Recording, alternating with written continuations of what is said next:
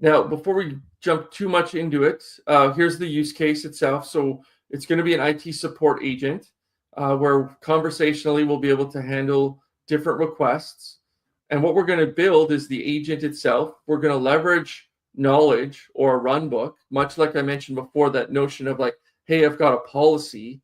How do I go ahead and use that as part of my business process? Then we're going to go ahead and build tools.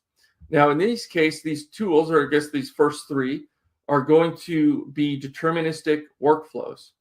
And they're going to go ahead and connect to ServiceNow and do what they need to go ahead and do for creating a ticket, updating a ticket, closing a ticket.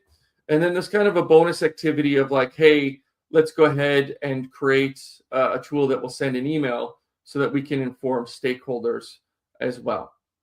So that's what we're going to go ahead and build. If it's something that you've used Power Automate or Logic Apps before, this is stuff you'll breeze through. If you're new to those technologies, definitely approachable and definitely something that you can go ahead and achieve. Now, I did want to talk a little bit about just knowledge as a tool. And, I just want people to not underestimate the power that your internal process documents have. We oftentimes think about agentic processing as being able to act as a human would. And in order to do that, you need the institutional knowledge that's available in your organization. And so this is an example of a runbook. Like you can imagine, or a wiki, a knowledge base. You would imagine that probably every IT organization has this. If not, they probably should. But it's one of those things where it's like, hey, for a specific error, what do I go ahead and do? What are the steps that I go ahead to resolve it?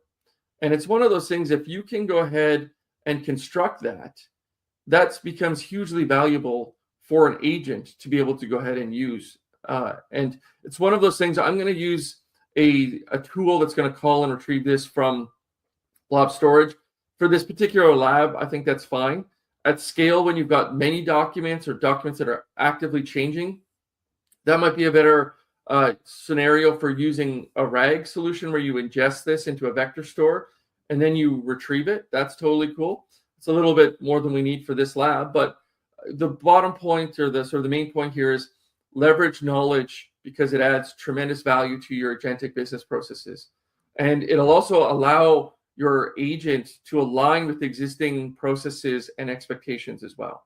So I just want to briefly show this document. It's nothing too crazy, but this is what the agent is going to go ahead and rely upon, right? So we're just talking about what is our general process.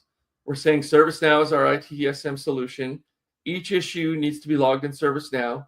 You create a ServiceNow ticket once an incident has been raised. Update the ServiceNow ticket as the incident is being worked on. Do not close the ticket without it first being updated. Close the ServiceNow ticket once the issue has been resolved. Send a summary of the issue and status via email to stakeholders. That seems pretty reasonable. And that's probably instructions you would typically give a service desk. And it's probably more than that, but hey, this is just a demo. And then we could see what is the list of issues? Okay, so how do I get access to a database? Well, that we would say is a severity 2, typically. There's a estimated time to resolution of 4 hours, and these would be the recommended steps.